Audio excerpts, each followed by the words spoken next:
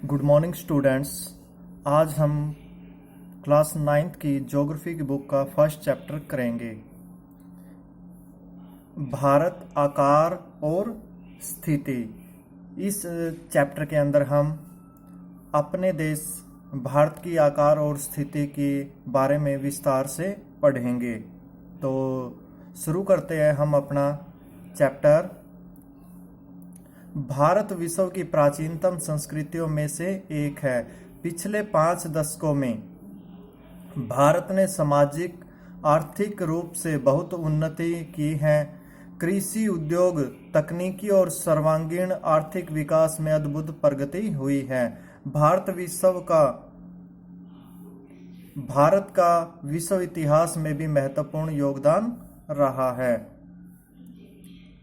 अगर बात करते हैं हम स्थिति की भारत की, तो भारत एक विशाल देश है। यह उत्तरी गोलार्ध में स्थित है और इसका मुख्य भाग 8 डिग्री 4 मिनट उत्तर से 37 डिग्री 6 मिनट उत्तर अक्षांश तथा 68 डिग्री 7 मिनट पूर्व से 97 डिग्री 25 मिनट पूर्व देशांतर तक है।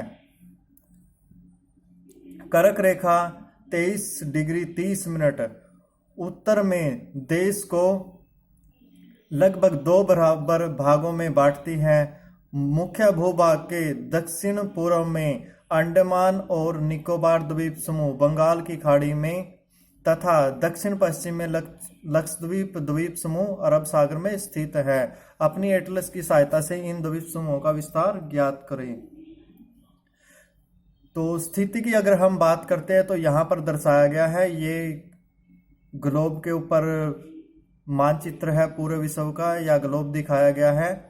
इसमें जो बात की गई है, इसको अगर हम 2 भागों में बांटें तो ये 0 डिग्री है यहाँ पर। इससे ऊपर का जो भाग है वो उत्तरी गोलार्ध, इससे नीचे का जो भाग है वो दक्षिणी गोलार्ध है।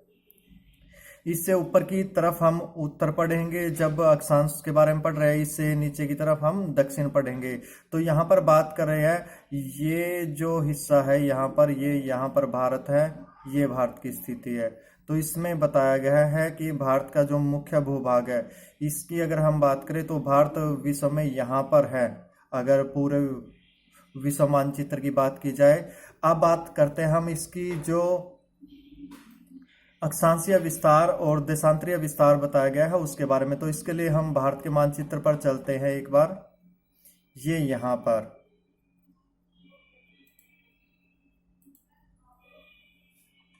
तो अगर हम भारत की बात करते हैं, भारत का जो दक्षिणी सिरा है मुख्य भूमि का, वो 8 डिग्री 4 मिनट। यहाँ से अक्षांश क्या होती है, अक्षांश आप देख रहे हो इस मानचित्र के ऊपर 2 तरह की लाइनें खींची हुई है।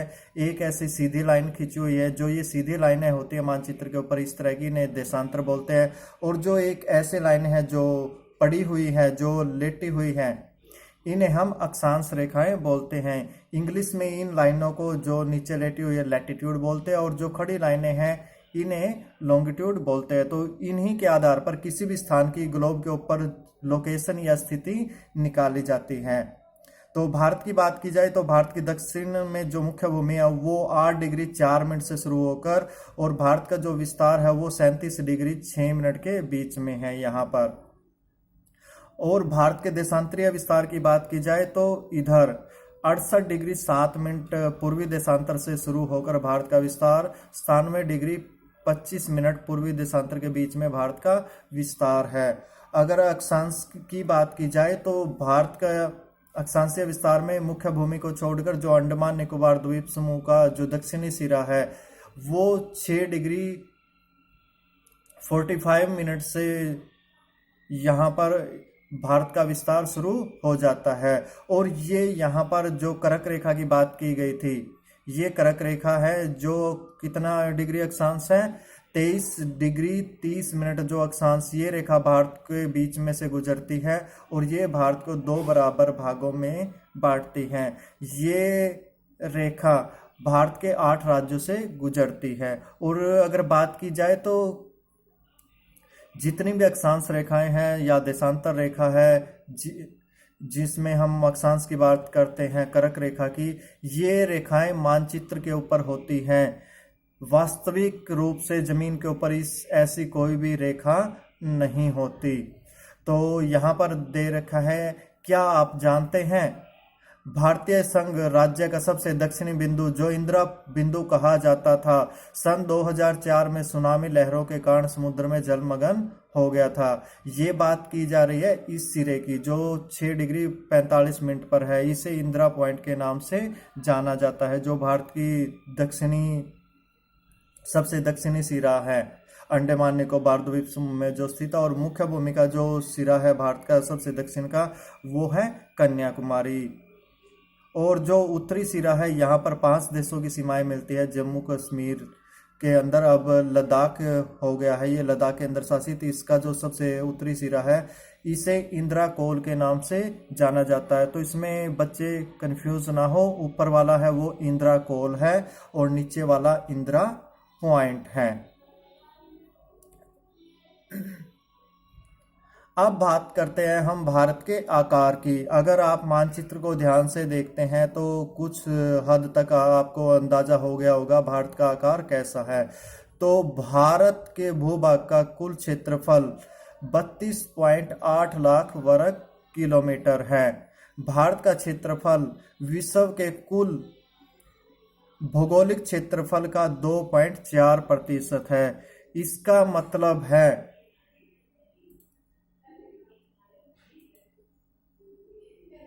ये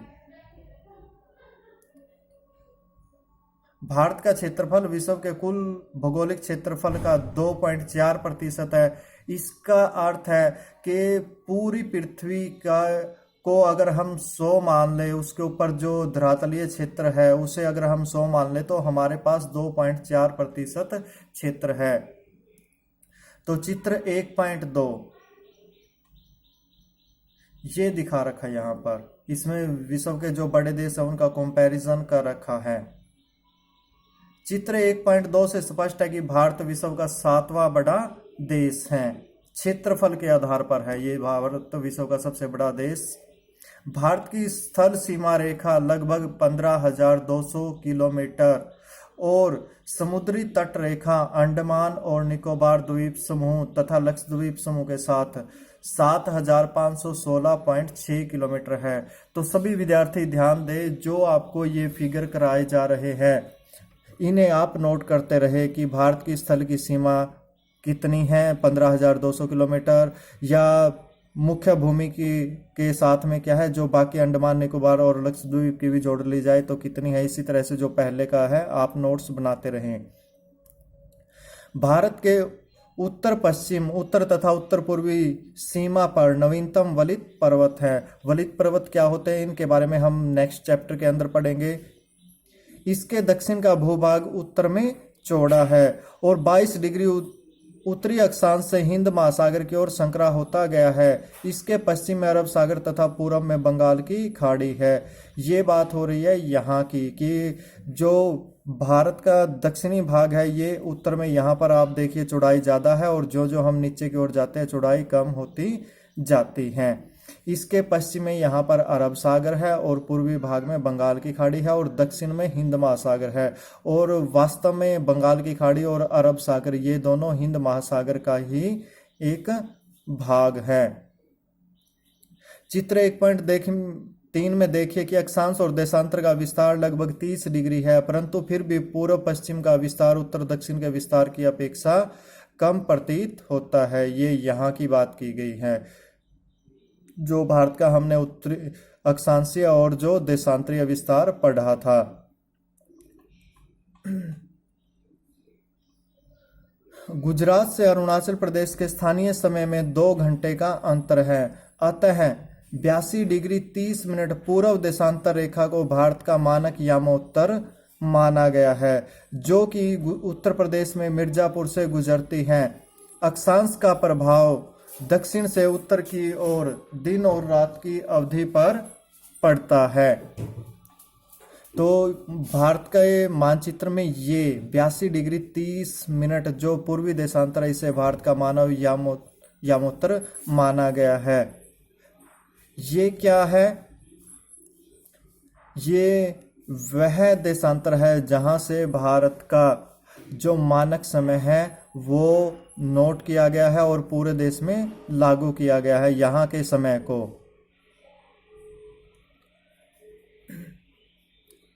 अक्षांश का प्रभाव दक्षिण से उत्तर की ओर दिन और रात की अवधि पर पड़ता है।